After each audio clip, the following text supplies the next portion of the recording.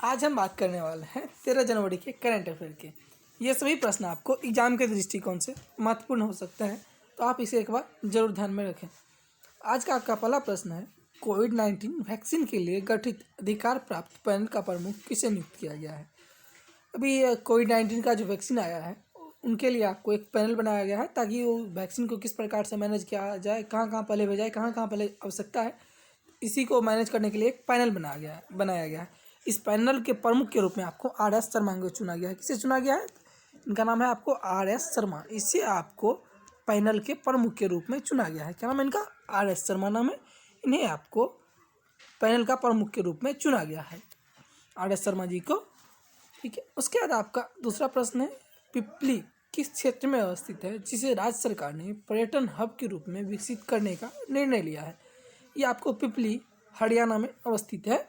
इसे आपको हरियाणा सरकार ने इसे पर्यटन हब के रूप में विकसित करने का निर्णय लिया है। क्योंकि यहाँ पे जो है पर्यटन के संसाधन है, तो इसलिए यहाँ पे पर्यटन को ज़्यादा विकसित करने के ऊपर ज़्यादा जोर दिया जा रहा है ताकि जो है विदेश से भी पर्यटक यहाँ पे आए, जिससे आमदनी बढ़े। तो इसलिए हरियाणा की जो सरकार है, इन्होंने इसे पिपली नामक जगह को पर्यटन हब के रूप में विकसित करने का निर्णय लिया है। उसके बाद आपको तीसरा प्रश्न है, वर्ष 2021 में जारी हेनले पासपोर्ट इंडेक्स में कौन सा देश शीर्ष स्थान पर है। अभी आपको एक इंडेक्स जारी हुआ है, हेनले पासपोर्ट इंडेक्स। इसमें आपको जापान शीर्ष स्थान पर है। कौन सा देश शीर्ष स्थान पर है? तो ये आपको जापान पहले नंबर पे है। ठीक है। अगर वहीं हम सिंगापुर की बात करें तो ये आपको दूसरे नंबर पे है, सिंगापुर। देखिए, ये जो इंडेक्स जारी किया गया है, इस इंडेक्स में क्या होगा आपको कि जिस भी व्यक्ति के पास जापान का पासपोर्ट होगा, तो वह व्यक्ति अगर 191 देशों में जाना चाहे तो उसके लिए उसे वीज़ा की आवश्यकता नहीं होगी।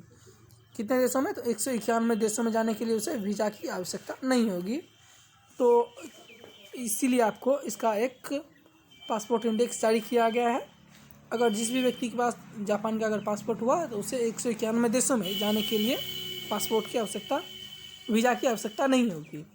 उसके बाद अगर जिस भी व्यक्ति के पास अगर सिंगापुर का पासपोर्ट होगा तो उसे 190 देशों में, कितने देशों में? 190 देशों में जाने के लिए उसे वीज़ा की आवश्यकता नहीं होगी। इसलिए अब सिंगापुर आपको हेनले पासपोर्ट इंडेक्स में दूसरे स्थान पे है। उसके बाद अगला प्रश्न देखते हैं, किस देश ने कोविड-19 के प्रसार पर अंकुश लगाने के लिए आपातकाल की घोषणा की है। अभी आपको मलेशिया ने आपको कोविड-19 के प्रसार पर अंकुश लगाने के लिए, यानी कि रोक लगाने के लिए आपको आपातकाल की घोषणा की है। जैसा कि आप सभी जानते होंगे कि ब्रिटेन में आपको कोविड-19 के प्रसार को रोकने के लिए सख्त लॉकडाउन लगाया गया है, लेकिन मलेशिया में क्या किया गया है? तो आपको आपातकाल ही लगा दिया गया है। तो ये आपको मलेशिया में जो है आपको आपातकाल लगा दिया गया है कोविड-19 के प्रसार को रोकने के लिए। आपातकाल अपने विदेश में लगा था, 1975 में लगा था। उस समय आपको इंदिरा गांधी की सरकार थी। आपातकाल आपको किसी विशेष क्षेत्र में भी लगाया जा सकता है या फिर पूरे देश में लगाया जा सकता है, जिसमें आपको उस राज्य का जो भी होते हैं मुख्यमंत्री, उनका शासन नहीं होता। ये शासन यानी कि उनका जो शासन होता है सीधे वो आपको केंद्र में यानी कि राष्ट्रपति के पास चला जाता है। ये अभी आपको मलेशिया में लगाया जा चुका है आपातकाल। उसके बाद आपको अगला प्रश्न है, अगला प्रश्न क्या है? वो किस राज्य सरकार ने मनोरंजन कर को माफ़ करने का निर्णय लिया है। अभी आपको तमिलनाडु की सरकार ने वहाँ पे जो है इंटरटेनमेंट के ऊपर जो टैक्स लगाया जाता था उनको भी माफ़ कर दिया गया। कौन की सरकार ने? तो आपको तमिलनाडु की सरकार ने इसे माफ़ कर दिया है इंटरटेनमेंट टैक्स के ऊपर। उसके बाद अगला प्रश्न है आपको, हाल ही में आईसीसी बोर्ड में बीसीसीआई का प्रतिनिधित्व के रूप में किसे चुना गया है। अभी आपको बीसीसीआई के प्रतिनिधित्व के रूप में किसे चुना गया है? तो जय शाह को चुना गया। क्या नाम है इनका? जय शाह। इसे आपको बीसीसीआई का प्रतिनिधित्व के रूप में चुना गया है। क्या नाम है इनका? जय शाह। उसके बाद आपका 7वां प्रश्न है, किस राज्य सरकार ने छात्रों को मुफ्त 2 GB डाटा प्रतिदिन प्रदान करने की घोषणा की है। अभी आपको तमिलनाडु की सरकार ने, कहाँ की सरकार ने? तमिलनाडु की सरकार ने वहाँ पे जो भी छात्र हैं उन्हें प्रत्येक दिन 2 GB डाटा प्रतिदिन मुफ्त में प्रदान करेगी। उनके लिए छात्रों से कोई चार्ज नहीं लिया जाएगा। कि आपको तमिलनाडु की सरकार ने ऐसा सुविधा दी है, ताकि बहुत सारे बच्चे होते हैं जो रिचार्ज नहीं करवाने की वजह से नहीं पढ़ पाते हैं, तो उनके लिए तमिलनाडु सरकार ने आपको मुफ्त में प्रतिदिन 2 GB डाटा प्रदान करने की घोषणा की है। उसके बाद आपका अगला प्रश्न है, हाल ही में KVIC द्वारा विकसित, किसने विकसित किया है? आपको KVIC ने विकसित किया है, खादी ग्रामोद्योग ने विकसित किया है खादी प्राकृतिक पेंट। इसे कौन लॉन्च करने वाले हैं? इसे आपको लॉन्च करने वाला है नितिन गडकरी। ये आपको खादी प्राकृतिक पेंट को लॉन्च करेंगे। इसमें क्या होगा, तो आपको यह पेंट की तरह होंगे, लेकिन इसमें आपको गोबर का भी प्रयोग किया गया है, लेकिन आपको गोबर का गंध होगा नहीं। तो ये आपको बहुत ही बेहतरीन पेंट होगा, जिसे लॉन्च करने कौन जा रहे हैं? नितिन गडकरी लॉन्च करने जा रहे हैं। ये बिल्कुल प्राकृतिक पेंट है। उसके बाद अगला प्रश्न है आपको, हाल ही में फुटबॉल के इतिहास में अब तक, यानी कि कब तक, अब तक संयुक्त सर्वाधिक गोल करने वाले खिलाड़ी कौन बने हैं? ये हाल ही में बने हैं। क्या नाम है इनका? Cristiano Ronaldo. ये आपको अब तक संयुक्त सर्वाधिक गोल करने वाले खिलाड़ी बन चुके हैं। क्या नाम है इनका? Cristiano Ronaldo. ये अब तक के संयुक्त और सर्वाधिक गोल करने वाले खिलाड़ी बन चुके हैं, क्रिस्टियानो रोनाल्डो। उसके बाद आपका 10वां प्रश्न है, CBDT यानी कि केंद्रीय प्रत्यक्ष कर बोर्ड ने एक ऑटोमेटेड पोर्टल लॉन्च किया है। यह किससे संबंधित है? ये आपको बेनामी संपत्ति से संबंधित है। यानी कि जो भी बेनामी संपत्ति के बारे में अगर कंप्लेन करना चाहें तो इस पोर्टल के ऊपर जाके कंप्लेन कर सकते हैं, तो इसके ऊपर आपको तुरंत कार्रवाई की जाएगी। ये आपको बेनामी संपत्ति के ऊपर आपको एक पोर्टल लॉन्च किया है। किसके ऊपर? तो CBDT के ऊपर जो है एक ऑटोमेटेड पोर्टल लॉन्च किया गया है, ताकि अगर कोई भी व्यक्ति चाहे तो बेनामी संपत्ति के बारे में उस पर अपना क्लेम कर सकते हैं। उसके बाद उसके ऊपर कार्रवाई की जाएगी।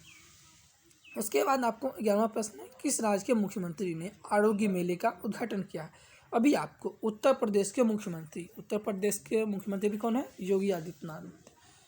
योगी आदित्यनाथ ने आपको आरोग्य मेले का उद्घाटन किया है। इसमें क्या होगा? इसमें होगा आपको प्रधानमंत्री जन आरोग्य योजना है और मुख्यमंत्री की ओर से जो चलाई जा रही है योजना है जन आरोग्य योजना, इन दोनों के बारे में आपको जागरूकता फैलाई जाएगी ताकि लोग इससे लाभान्वित हो सके। इसलिए आपको मुख्यमंत्री ने आरोग्य मेले का उद्घाटन किया हुआ है। अच्छा, उत्तर प्रदेश की राजधानी कहाँ है? उत्तर प्रदेश की आपकी राजधानी है लखनऊ। लखनऊ किस नदी के किनारे अवस्थित है? लखनऊ आपको गोमती नदी के किनारे अवस्थित है। इसका सही आंसर हो जाएगा आपको उत्तर प्रदेश। ये आपको गोमती नदी के किनारे अवस्थित है लखनऊ। ठीक है। उसके बाद अगला प्रश्न है आपको, 51वें भारतीय राष्ट्रीय फिल्म महोत्सव में फोकस देश के रूप में किस देश को चुना गया है? अभी आपको 51वें अंतर्राष्ट्रीय फिल्म महोत्सव के फोकस देश के रूप में बांग्लादेश को चुना गया। किसे चुना गया है? तो बांग्लादेश को चुना गया है। इसमें क्या होगा कि अंतर्राष्ट्रीय फिल्म महोत्सव में फोकस देश के रूप में इसे चुना गया है बांग्लादेश को। इसका सही आंसर क्या हो जाएगा? तो आपको बांग्लादेश हो जाएगा। इसे आपको फोकस देश के रूप में चुना गया है। उसके बाद आपको अगला प्रश्न है, हाल ही में लिथियम भंडार किस राज्य में प्राप्त हुआ है? अभी हाल ही में जो है खोज हुई है जिसमें आपको लिथियम का भंडारण पता लगा है। तो ये आपको कहाँ पे है? ये आपको कर्नाटक में पाया गया है लिथियम का भंडार।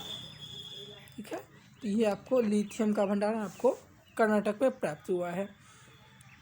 उसके बाद अगला प्रश्न आपको जो है कल का जो प्रश्न था उसका आंसर दिया है, जिसका नाम है आपको मुकेश कुमार मुस्कान।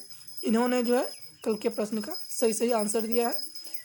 क्या था प्रश्न? केंद्र सरकार ने लद्दाख में किस नदी पर 8 जल विद्युत परियोजनाओं को मंजूरी दी है? तो केंद्र सरकार ने लद्दाख में सिंधु नदी के ऊपर जो है आपको 8 विद्युत परियोजनाओं को मंजूरी दी है। उसके बाद देख लेते हैं आज का प्रश्न। आज का प्रश्न है आपको, किस देश ने भारत को कोविड राहत प्रयासों के लिए 2113 करोड़ रुपये ऋण देने की घोषणा की है? इसका आंसर आप जरूर कमेंट बॉक्स में दीजिएगा। जो भी व्यक्ति कमेंट बॉक्स में आंसर देंगे उन्हें आपको एक पॉइंट दिया जाएगा। उस पॉइंट के अनुसार उसे आपको प्राइज प्रदान किया जाएगा। आप ज़रूर से ज़रूर कमेंट बॉक्स में आंसर दीजिएगा। हम आपके उत्तर का इंतज़ार करेंगे। तब तक के लिए मिलते हैं एक नए सेशन में। तब तक के लिए आप पढ़ते रहिए।